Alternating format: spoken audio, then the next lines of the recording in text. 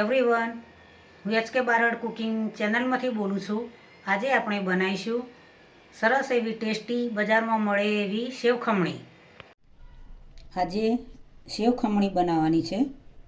ચણાનો લોટ લીધેલો છે 2 વાટકી. તેમાં 2 ચમચી સૂજી એડ કરીશું. સૂજી એડ કરવાથી સેવ ખમણી મસ્ત એવી છૂટી પડે, દાણેદાર બને. દળેલી ખોળ છે 1 ચમચી એડ કરીશું. સ્વાદ અનુસાર મીઠું એડ કરીશું. લીંબુ રસ કાઢીશું અંદર. લીંબુના ફૂલનો પણ ઉપયોગ કરી શકાય. આ રીતે લીંબુનો પણ ઉપયોગ કરી શકાય. ખટ્ટા મીઠી સેવ ખમણી બનાવવાની છે.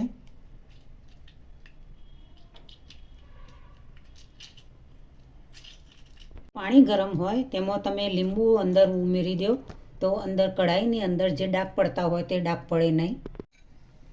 ધાણા અને લીલા લસણની પેસ્ટ એડ કરીશું 1 ચમચી. ધીમે ધીમે પાણી વેડતા જઈશું. એકદમ પાણી એડ કરવાનું નથી, ધીમે ધીમે પાણી વેડવાનું છે. ચણાના લોટના અંદર ગઠ્ઠા ન રહી જાય તે માટે ધીમે ધીમે પાણી એડ કરતા જઈશું.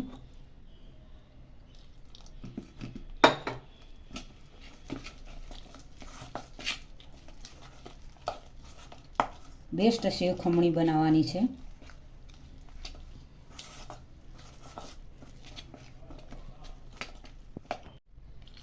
બજાર જેવી સેવ ખમણી ઘરે બનાવવાની છે.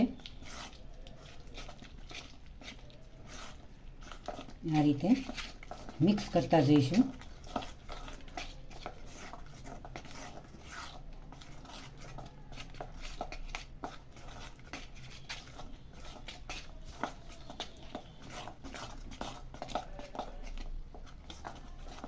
થોડું પાણી એડ કરીશું.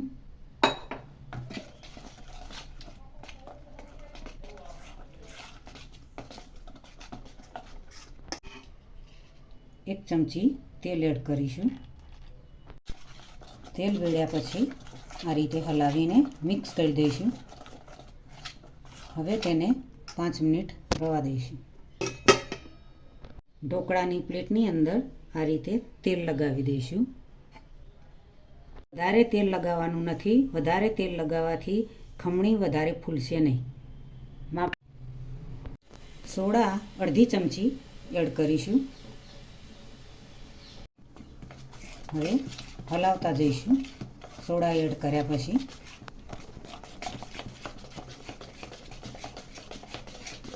રેશમ જેવું ખીરું કરવાનું છે.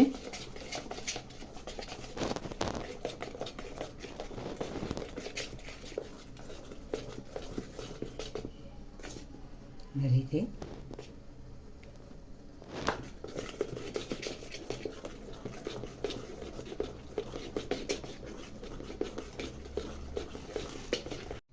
પ્લેટની અંદર ખીરાને એડ કરીશું.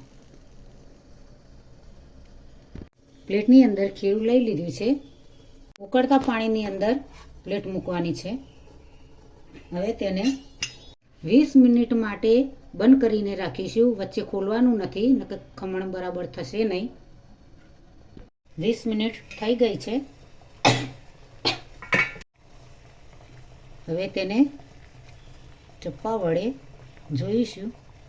બિલકુલ ચપ્પું બગડ્યું નથી. તો હવે તેને કાઢી લઈશું.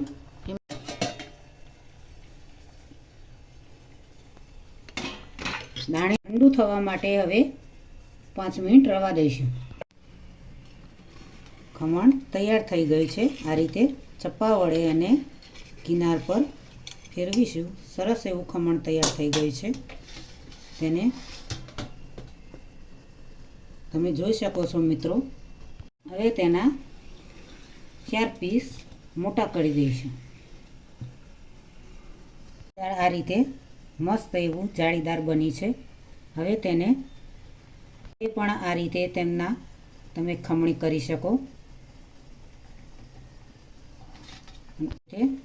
છીણની અંદર પણ તમે ખમણી કરી શકો.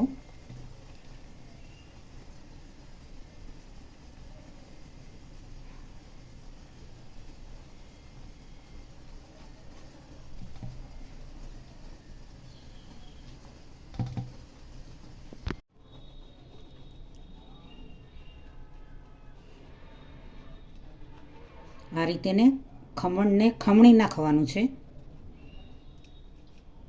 ઉડે તેવી ખમણી તૈયાર કરી છે ખમણની. હવે ચટણી બનાવીશું. લીલા ધાણા લઈશું. પહેલાં લીલા મરચાં લઈશું. ફુદીનાના પાન લઈશું. જીરું એડ કરીશું. મીઠું એડ કરીશું.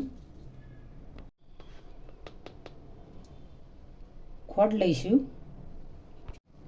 લીંબુ રસ એડ કરીશું. કોપરાની છીણ એડ કરીશું. સિંગદાણાનો ભૂકો એડ કરીશું. 2 ચમચી ખમણી એડ કરીશું. સરસ એવી ટેસ્ટી ચટણી બનાવવાની છે ખમણીની અંદર ખાવા માટે. 2-3 ચમચી પાણી એડ કરીશું. તમારે વધારે પાતળી ચટણી જોઈતી હોય તો પાણી વધારે એડ કરવું. સપ્રમાણ ચટણી જોઈએ તો પાણી ઓછું એડ કરવું. ક્રશ કરી દઈશું. કઢાઈ જમાવીએ. હવે વઘાર કરીશું.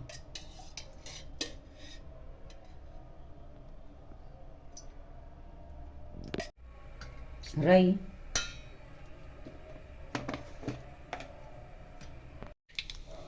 હિંગ એડ કરીશું. લીલા મરચાં એડ કરીશું. લીમડાના પાન એડ કરીશું.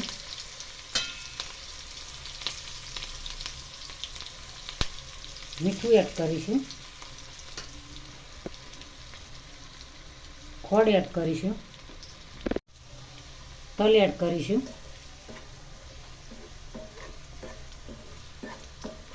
વાટકીના ચોથા ભાગનું પાણી એડ કરીશું.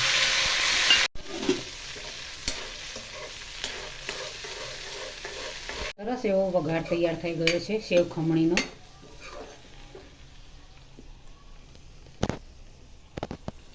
સેવ ખમણીની અંદર ખમણીની અંદર વઘાર એડ કરીશું.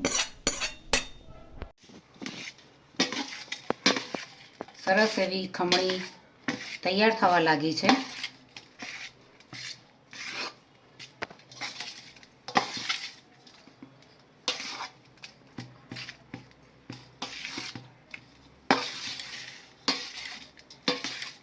લીલા ધાણા એડ કરીશું. દાડમના દાણા તમે પણ એડ કરી શકો છો. દાડમ ના હોય તો તમે તૂટી ફૂટીનો પણ ઉપયોગ કરી શકો. સરસ એવી સેવ ખમણી તૈયાર થઈ ગઈ.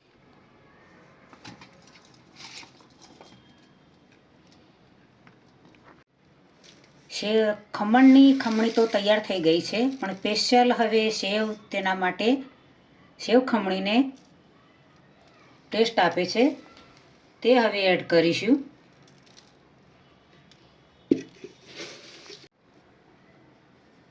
દાડમના દાણા એડ કરીશું. છીણ એડ કરીશું. નોર્મલી એડ કરીશું.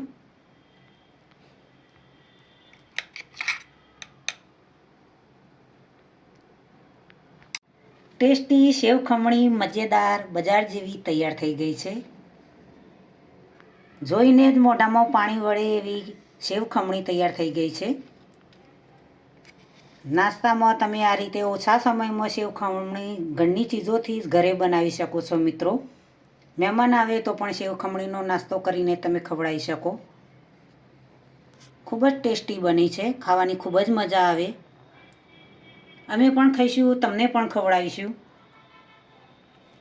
તો આજની રેસીપી જોઈને મિત્રો તમે જરૂરથી ઘરે બનાવજો, ટ્રાય કરજો તો ખૂબ મને આનંદ થશે.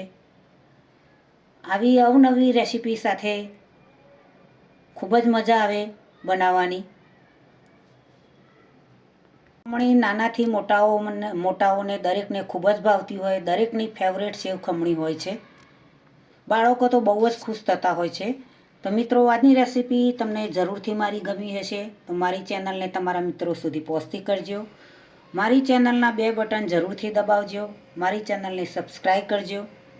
મારા વિડીયોને લાઈક કરજો, શેર કરજો, બને તો કોમેન્ટ કરજો. ચલો મળીશું નવી રેસીપી સાથે. બાય.